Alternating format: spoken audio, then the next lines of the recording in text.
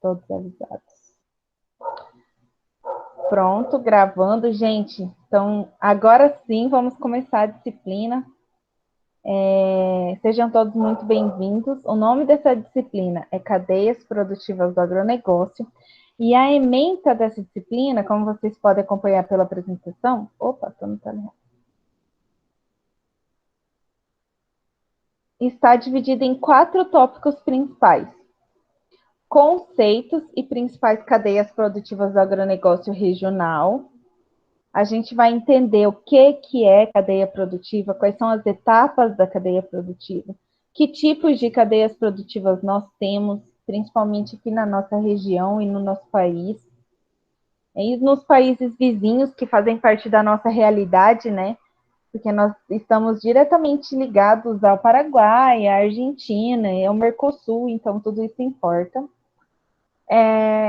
Opa, depois a gente fala um pouquinho sobre peculiaridades das cadeias produtivas do agronegócio, que tem algumas coisas diferentes das cadeias produtivas, por exemplo, industriais, que não vêm do agro, cadeias produtivas automobilísticas, cadeias produtivas de produtos da informática, de computadores, entre outros, de tecnologias da saúde, enfim, tem infinitos setores de necessidades sociais, né? A gente tem empresa para tudo hoje em dia, tem produto para tudo, solução para todos os nossos problemas. E cada um desses produtos que chega na nossa casa, ele vem de uma cadeia produtiva. E as cadeias produtivas do agronegócio, elas têm certas peculiaridades que precisam ser estudadas. E aí vocês, no serviço de vocês, no dia a dia, precisam sempre levar em consideração, porque podem impactar o seu negócio.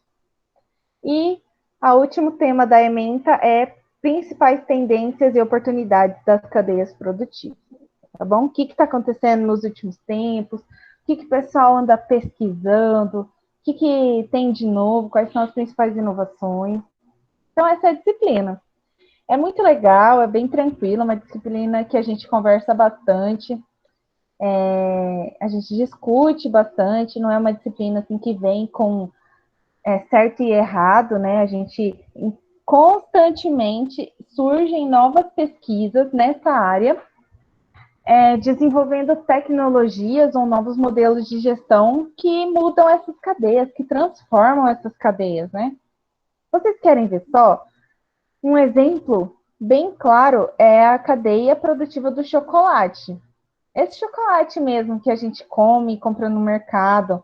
O chocolate, ele vem do cacau, vocês todos sabem. O que muita gente não sabe é que o cacau hoje é um produto em escassez. Então, se 50 anos atrás as indústrias de chocolate tinham facilidade de obter matéria-prima para produzir seus produtos, elas não faziam questão de fidelizar um fornecedor, por exemplo. Hoje em dia elas estão trabalhando de uma forma totalmente diferente. Tanto é que o dono da Cacau Show recentemente comprou uma vasta área na Bahia para investir na plantação do cacau. Então, o cara que vende chocolate está se preocupando em verticalizar a cadeia produtiva para não correr risco de ficar sem matéria-prima, percebe? Então, é essas discussões que a gente vai ter ao longo da disciplina. É muito interessante. E hoje, nós vamos entrar, discutir assim, os aspectos mais introdutórios, tá? Vou trazer para vocês o que são as cadeias produtivas, como elas funcionam,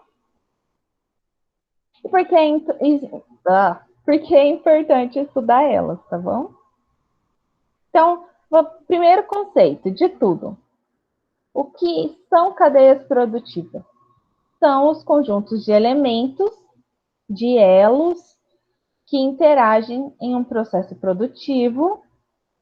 E aqui é importante frisar essa interação que acontece entre eles para a oferta de produtos ou serviços ao mercado consumidor. Então, a gente tem vários atores diferentes se comunicando entre si, ajudando um ao outro, ou às vezes competindo um ao outro. Nem todas as cadeias produtivas têm um fácil relacionamento entre fornecedor e beneficiador do produto, isso a gente também vai discutir. E às vezes, quando as cadeias produtivas são muito complexas, elas compreendem certas etapas que não dependem de uma empresa só, são sistemas envolvidos. Por isso que no conceito está que a cadeia produtiva é um conjunto de elementos, seja empresas ou sistemas, que interagem em um processo produtivo para a oferta de produtos ou serviços ao mercado consumidor. É o conceito mais simples, mais objetivo. Se alguém perguntar para vocês, essa é a melhor forma de explicar. Mas tem um outro conceito que eu achei importante trazer também, olha só. Eita, tá no bagunça. As cadeias produtivas são uma sucessão de operações de transformação dissociáveis. O que quer dizer dissociáveis? Quer dizer que se a gente quiser estudar um elo específico, a gente consegue separar esse elo e identificar qual é o problema que está acontecendo ali. Capazes de ser separadas e ligadas por um encadeamento técnico e também um conjunto de relações comerciais e financeiras que se estabelecem entre os estados de transformação, fluxo de troca, situado a montante e a jusante entre fornecedores e clientes. Gente, esse conceito é muito mais completo e traz alguns pontos aqui importantes. A questão de ser dissociáveis é muito importante para nós, gestores do agronegócio, porque muitas vezes a gente vai perceber que um elo específico da cadeia está atrapalhando a competitividade da cadeia como um todo. Esse produto está chegando lá no final muito caro. Esse produto está chegando sem qualidade. Esse produto está chegando sem as características necessárias para atender ao novo comportamento do consumidor de consumo. Então, aí a gente precisa alterar esse elo. Vocês querem ver um exemplo bem básico aqui? Quem de vocês já não teve a sensação de se preocupar com o frango que vocês comem, porque tem a ideia de que tem muito hormônio e que faz mal? Aposto que todos vocês, uma hora ou outra, já se preocuparam, alguns mais, outros menos.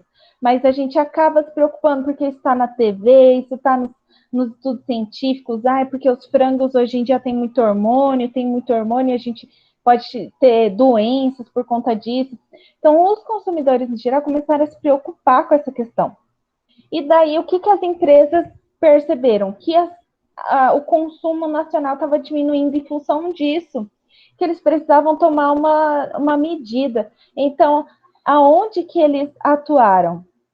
Eles formaram parcerias estratégicas para desenvolver lá o cara que fornece o frango. Então, hoje tem muitos frigoríficos, como vocês devem saber melhor do que eu. Opa, tem gente chegando. Tem vários frigoríficos que eles cedem os pintinhos, a ração que tem que ser dada para os pintinhos, os remédios necessários, e depois ele vai buscar e paga o produtor pelo preço acrescido daquela produção animal. Então, o frigorífico está desenvolvendo diretamente o seu fornecedor para resolver aquele problema do elo. Aí, esse frigorífico consegue pôr na embalagem do produto que ele vende no mercado, que é um frango sem hormônio, porque ele conseguiu controlar o alimento que o frango estava recebendo. Vocês concordam? Vocês percebem como que é? É assim que os elos da cadeia se ajustam para a melhor competitividade, para gerar o melhor produto e ter a maior lucratividade também em função dele, tá? Às vezes não é nem só a busca por qualidade, às vezes eles buscam a qualidade na medida do possível e valorizam a lucratividade daquele produto. E daí outro termo importante que eu queria destacar para vocês é esse termo montante e jusante. Alguém poderia explicar para os colegas o que são atores a montante e a jusante de um determinado ponto de referência? Alguém quer explicar?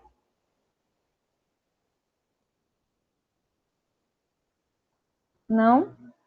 Então, vamos lá. Vou tentar explicar para vocês. Daí, surgindo dúvidas, vocês podem me perguntar no privado ou aqui pelo chat. Vamos imaginar que a gente está numa ponte que passa por um rio, certo? E daí vem vindo um barquinho descendo o rio. Esse barquinho que ainda está por passar, ele ainda não passou pela ponte, ele está a montante da ponte. Depois que esse barquinho já passou da ponte, ele já está descendo, ele está a jusante, tá bom? É isso que significa montante e a jusante. A montante é o que está vindo e o jusante é o que já passou daquele ponto. Tudo bem? Ficou claro? Ai, gente, me confirma. Ai, obrigada. Valeu. Pronto, vamos lá. Próximos conceitos importantes. Etapas de uma cadeia produtiva.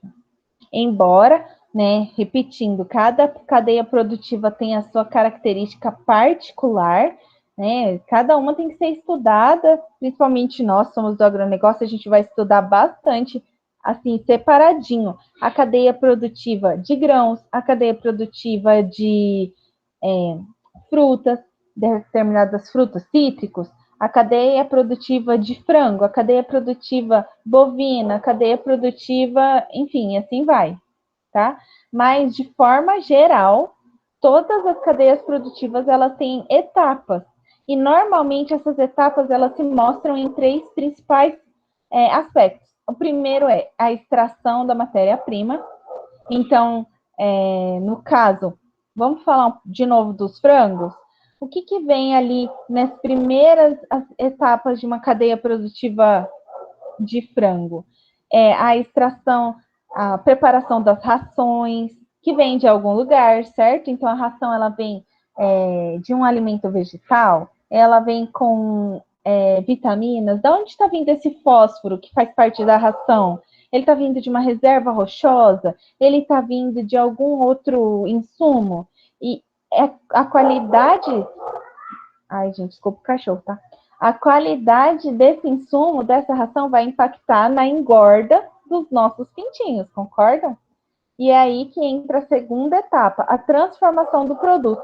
Depois que a gente obteve essa matéria-prima, que é o abate do frango, a gente pode transformar essa matéria-prima, esse nosso insumo, esse nosso material, em produtos que tenham maior demanda, maior valor agregado. A gente pode, por exemplo, fazer o nosso frango como corte de peito e colocar para exportação? Podemos. Se for de menor qualidade, a gente pode fazer um tratamento e fazer um outro tipo de produto. Ao invés de eu vender o frango em peito, eu posso vender ele desfiado, por exemplo? Eu posso. Então, dependendo da qualidade que eu tenho lá da minha produção inicial, é que eu vou ter possibilidades de transformar esse produto.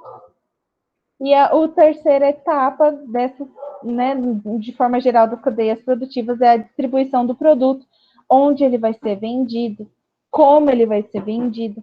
A gente vai colocar aquele peito de frango congelado separado, congelado um a um, igual a Sadia faz?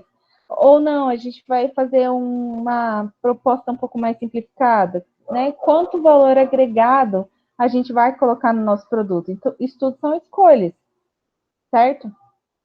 E que vão depender do posicionamento da empresa e da qualidade do produto. Vocês se lembram lá, quando vocês estudaram em marketing, vocês já fizeram a matéria de marketing, né?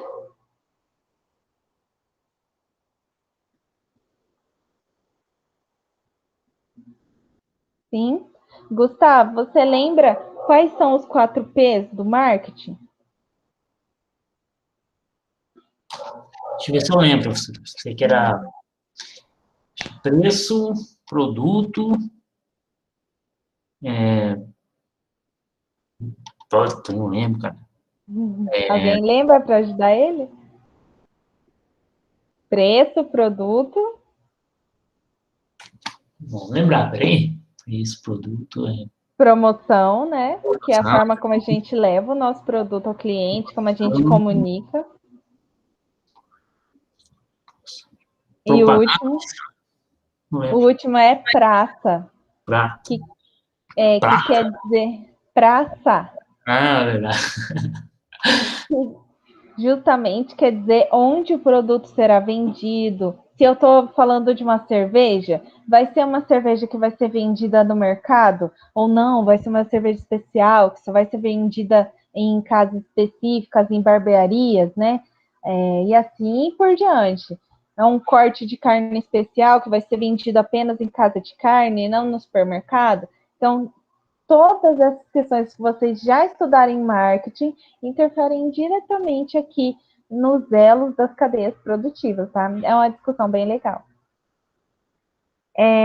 Esses são os dois principais conceitos que eu queria trazer para vocês, então. O que é a cadeia, o que são, né, cadeias produtivas, que são essas duas primeiras telas.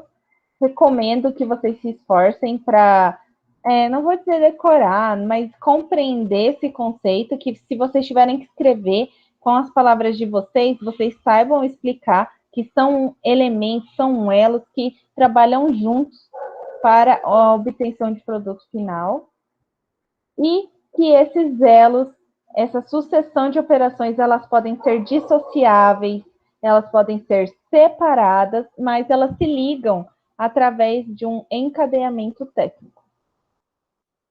E que tem 3 principais etapas, que são a extração da matéria-prima, a transformação do produto e a distribuição do produto. Então, conteúdo teórico de hoje, o que eu queria trazer para vocês são esses conceitos. E aqui, trazendo para a nossa realidade do agronegócio, queria conversar com vocês sobre essa questão que vocês já estão cansados de falar, né?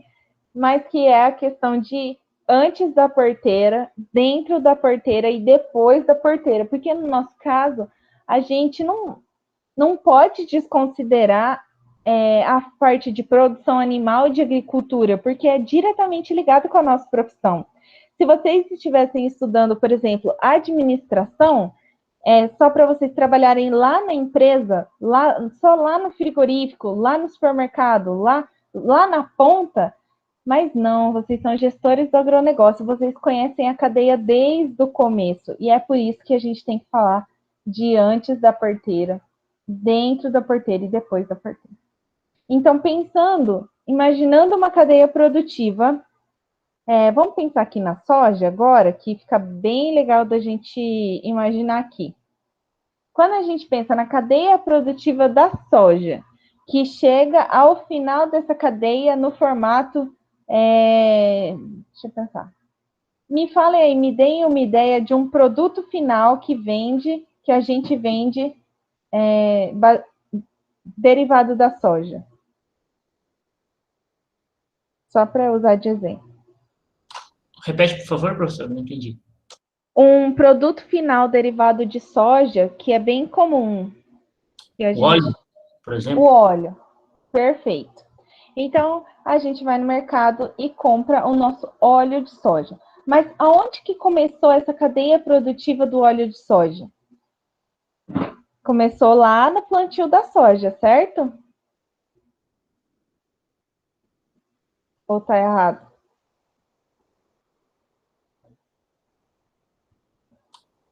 Creio que sim. Muito bem, tudo bem. Começou lá no plantio da soja. Mas quem aqui trabalha em fazenda ou já trabalhou? Vocês vão me corrigir que antes do produtor ir lá e plantar a soja, ele precisa preparar o solo, ele precisa adubar, ele precisa corrigir, certo? Não é? Ele não tem que fazer lá a calagem do solo, preparar o solo. Então, antes de começar a plantação, existe toda uma cadeia. Existe os caras que vendem fósforo, que vende cal, que vende fertilizante. E é por isso que antes da porteira a gente tem os insumos, a gente tem as empresas que fornecem as máquinas. Eu vou plantar soja, mas vou plantar com o quê, né? Muitos fazendeiros, hoje em dia, produtores rurais, não têm as máquinas próprias. Eles fazem o uso de máquinas na época necessária de forma com contrato, né? Máquinas cedidas por empresas como a Ciarama, por exemplo. Outro aspecto aqui, ó. Opa! Ai, vem junto. Outro aspecto antes da porteira é os equipamentos necessários. Um drone, a questão da construção das curvas de nível, gente, é importantíssimo. Aqui na nossa região, a gente é muito abençoado, né? Perto de Ponta Porã, a gente tem uma região maravilhosa, super plana, mas nem todo mundo tem isso. A maioria das regiões do Mato Grosso do Sul tem alta declividade de terreno. Então, as curvas de nível, por exemplo, são um pré-requisito essencial para que não ocorra erosão e para que aquele solo seja fértil por muitas e muitas safras.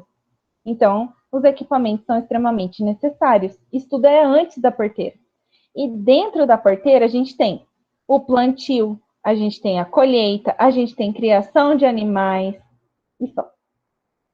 E depois da porteira, a gente tem aí em diversos tipos de cadeias produtivas diferentes, o processamento desses materiais. No nosso caso aí do óleo de soja, depois que o produtor plantou e colheu a soja dentro da propriedade, ele vai fazer o armazenamento desse grão.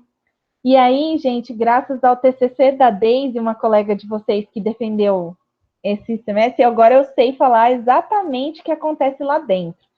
O grão, ele é recebido, ele é pesado, ele é secado, depois ele é limpo, e então ele é armazenado para a época em que ele é encaminhado para as empresas de processamento. Então, todas essas etapas dentro de um armazém de grão faz parte desse elo aí depois da porteira da cadeia produtiva da soja, que é o que a gente está conversando. E ele vai para uma indústria, ele é transformado em óleo, depois ele é comercializado para os grandes atacadistas que distribuem aos supermercados e que, por fim, chega na nossa casa para fazer aquele arroz gostosinho que a gente faz na hora do almoço. Então, olha a história toda que passou esse óleo de soja para ele ser quem ele é hoje, né? Então, é disso que a gente está falando nessa disciplina, tá? É estudar cada um desses elos, ver como eles se organizam, como pode ser melhor. Sempre isso. Nosso olhar como profissionais da área é sempre tornar melhor, o melhor possível. Com mais tecnologia, com formas de gestão melhor. E é isso aí. Alguém quer comentar alguma coisa? Acrescentar? Um exemplo?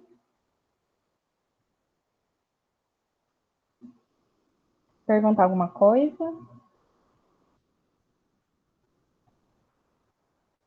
Não?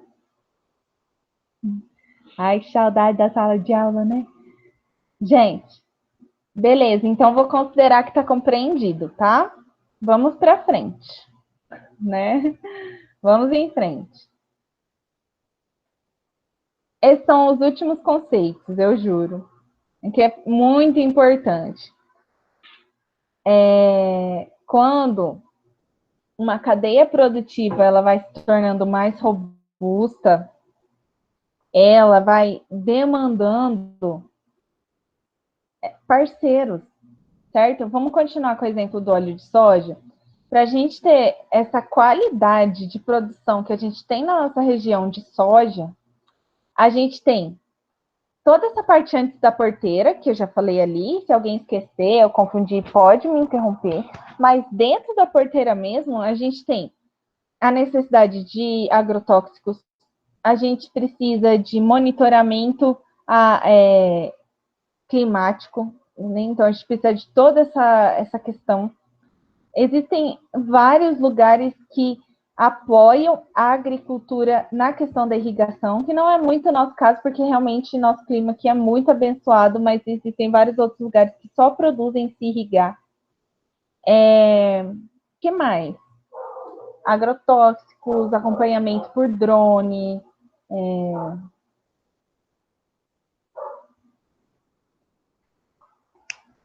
Antes da porteira, a gente tem diversos institutos científicos que melhoram as sementes, como a Embrapa, por exemplo. né? Então, o fato de ter uma região que tem uma cadeia produtiva forte em alguma coisa, começa a atrair gente. Empresa de máquina, né? A empresa que conserta a máquina que a outra empresa aluga. A empresa que produz parafuso para consertar a máquina. E assim vai juntando gente, e acaba fortalecendo a região através do que a gente chama de arranjo produtivo local, que é quando a gente tem, olha lá, uma concentração de empresas de um determinado setor, incluindo fornecedores de insumos e serviços, com alguma interação entre os agentes econômicos, tá bom?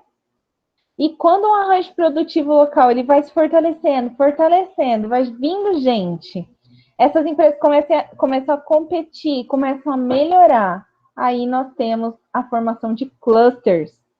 Cluster, gente, olha, se eu falar para vocês o tanto de gente que tem fazendo mestrado e doutorado na área de estudo de clusters do agronegócio, vocês não vão acreditar. Que é realmente muitas universidades de ponta querendo entender todo esse processo de formação de clusters, porque nos clusters nós temos uma pequena diferença. A gente tem empresas ligadas geograficamente e elas acabam se aperfeiçoando, se fortalecendo em alguns elos específicos da cadeia produtiva. Então, a região toda se torna altamente competitiva, desenvolvida, com oportunidade de estudo e emprego de qualidade, então acaba tendo um desenvolvimento social muito interessante e são voltadas para uma atividade produtiva específica. E esses clusters, então, eles trazem normalmente o desenvolvimento de novas tecnologias, inovações, desenvolvimento social, e é muito interessante. Então, tem pessoas estudando como é que eles se formam para que essas pessoas possam ajudar os gestores públicos a tomar decisões que contribuam para a formação de clusters. Porque os clusters podem trazer desenvolvimento para a sociedade, entendem? Então, é uma coisa que as pessoas querem que aconteça, os nossos líderes. E quando eu falo líder, gente, não é só o governador, prefeito, deputado, senador. Quando eu falo de líder, eu estou falando dos grandes empresários, eu estou falando dos agentes públicos também, mas estou falando dos cientistas que se dedicam por isso, dia e noite, nas suas pesquisas, as empresas que investem nisso, e organizações mundiais, né, de organizações de classe que querem que isso se torne uma realidade. No Brasil, nós temos vários clusters importantíssimos, como São José dos Campos, por exemplo, que é um cluster voltado para a indústria aeroespacial, que já desencadeou o desenvolvimento de várias inovações e tem várias empresas, startups, que atendem até a NASA. Então, é uma coisa muito legal que ajuda muito o Brasil, né, os estudantes brasileiros e as famílias brasileiras. Os clusters, eles podem ter vários tipos também.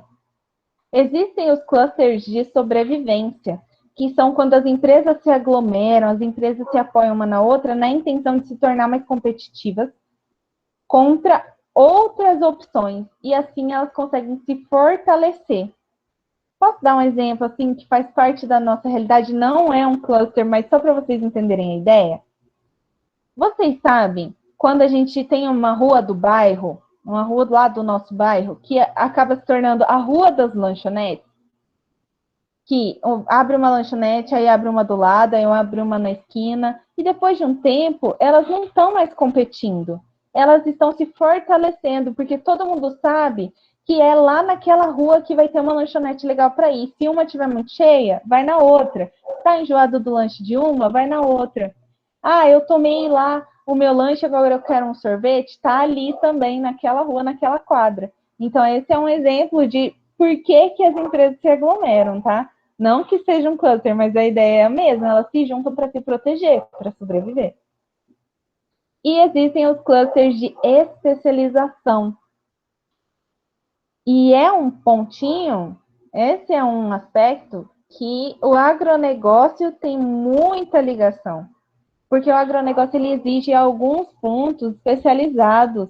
Então, o pessoal que trabalha com georreferenciamento, eles muitas vezes precisam de uma tecnologia específica, que fornecedores amplos não conseguem atender, então eles acabam desenvolvendo pessoas para atender exatamente aquilo que eles precisam e atraem essas empresas para ficar ali pertinho. E essa aglomeração, essa formação conjunta e harmônica entre essas empresas de competição e cooperação que vão contribuir para a formação desse cluster.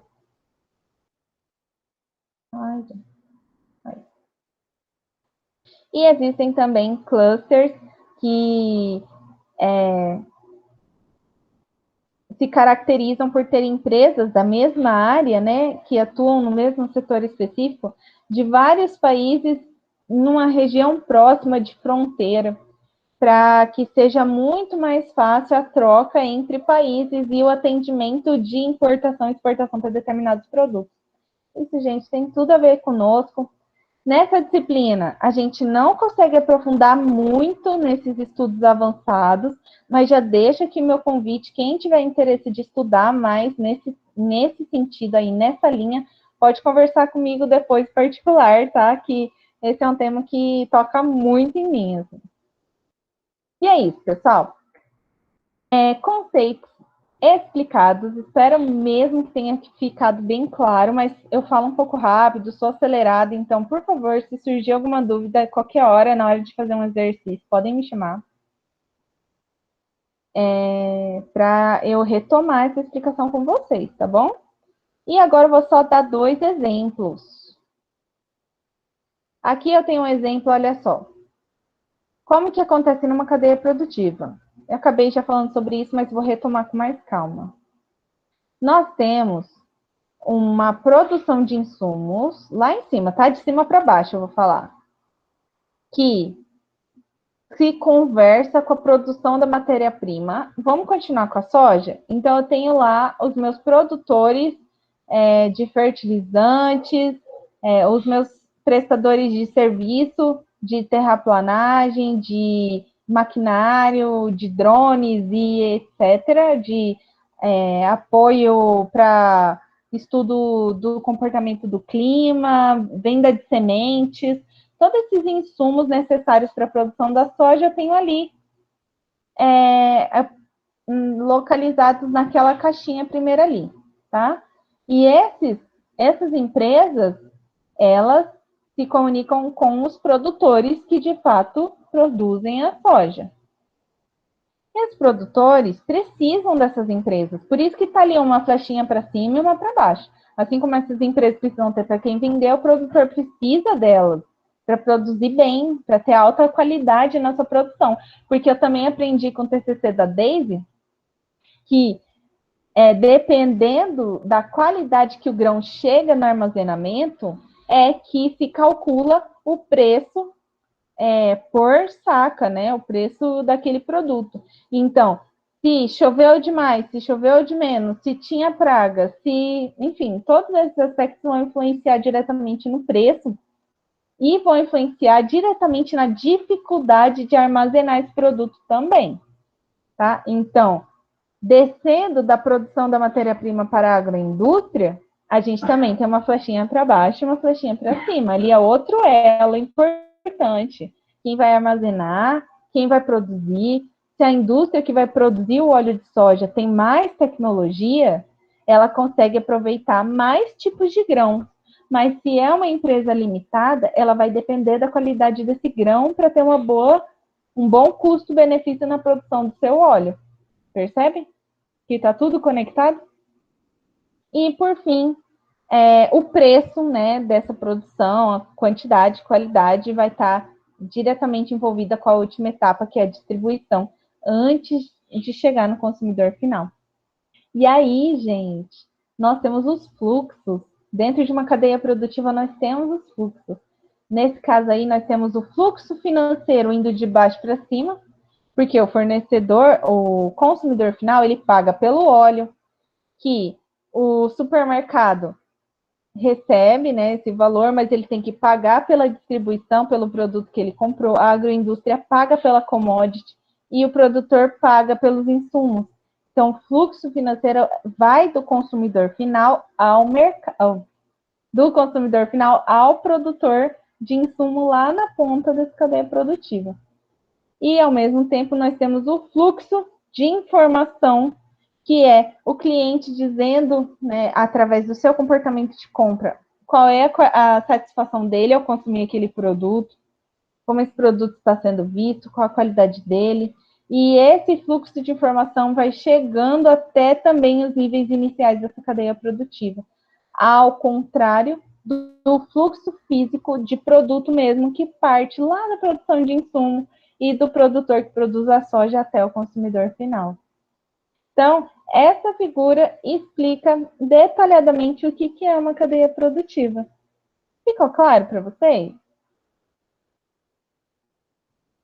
Sim, não, mais ou menos, repete. Pode comentar no chat, gente, para eu ver. Ou pode falar. Acho que ficou bem explicado, professor. Tá bom, então. Então, vou seguir no outro exemplo. Qualquer mas... coisa a gente procura a senhora. Isso. Perfeito. Depois vou tentar elaborar uns exercícios sobre essa primeira aula para ver se ficou bem claro mesmo. Mas só queria adicionar a esse exemplo o fato de que essas relações entre cada elo da cadeia produtiva depende de várias coisas, fatores sociais, institucionais das empresas envolvidas, fatores tecnológicos, fatores ambientais, fatores legais, mecanismos de coordenação. Gente, uma coisa muito legal. Tem várias cadeias produtivas que são tão importantes e tão tecnológicas que existem vários atores ali no meio, tornando a conversa mais fácil. Então, isso é muito interessante. Fatores de infraestrutura, modais, rodoviários, ferroviários, logística, por exemplo, e os fatores econômicos, micro e macroeconômicos, né, que vocês também já viram lá na matéria do Fábio, quando vocês estudaram economia, fundamentos de administração e economia. Certo? Certo, né?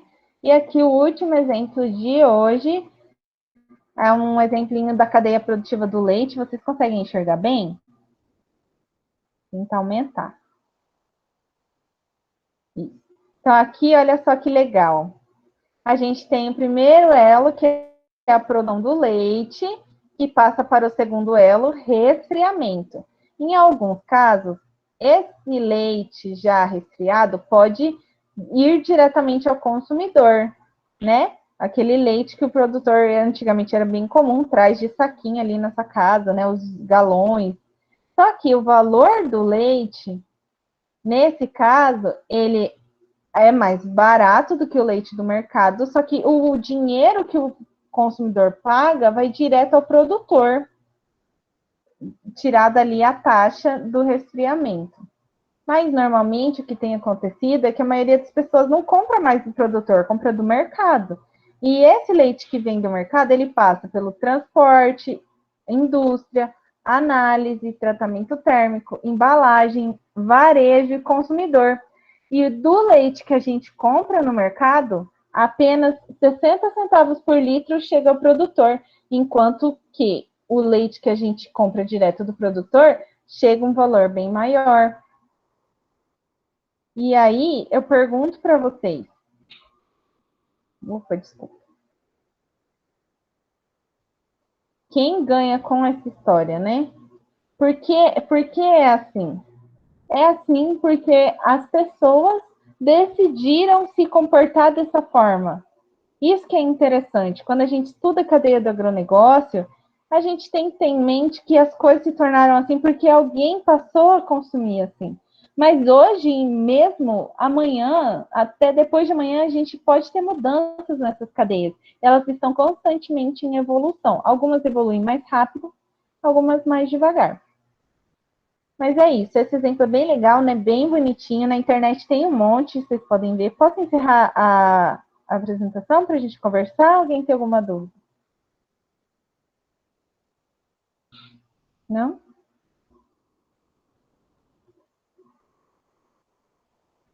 Bom, pessoal, não quero me estender muito, já são 7h50, eu comecei no horário 7 horas, então vocês já estão me escutando 50 minutos. Quero saber o que vocês acharam dessa explanação e quais são as dúvidas de vocês. Se chegou a ter alguma dúvida. Alguém, por favor, se manifeste. Não? Então, vou encerrar a gravação. E aí, vou fazer os combinados com vocês para a próxima semana.